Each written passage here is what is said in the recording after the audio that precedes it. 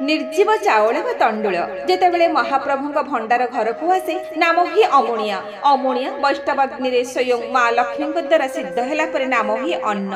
अन्न को सुपकार माने मुहरे तुंडी बांधि श्रीमंदिर गंभीरा मध्य को बोही नेले बेले नाम ही छेक।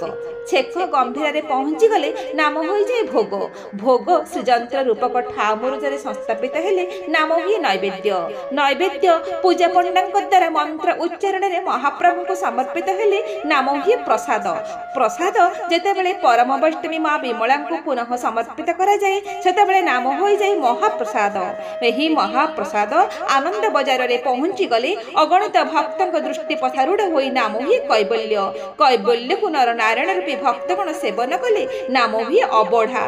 परिशेष जे महाप्रसाद बड़का रहे सुखीगला हो जाए निर्माल्य। एही परि भाव नीलाचल धाम निर्जीव चाउल परम मोक्षदायी निर्माल्य